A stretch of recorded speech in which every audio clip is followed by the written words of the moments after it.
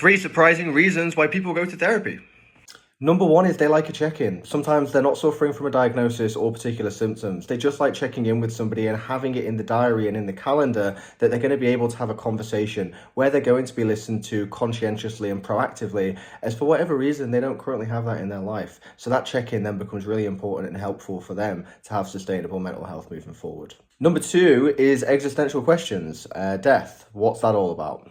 Equally, why am I here? You know, sometimes these questions can be very difficult to think about, and yet sometimes we need to think about them, especially as we navigate through perhaps a crisis or a life transition. And especially I've noticed when people are transitioning into the afternoon of life.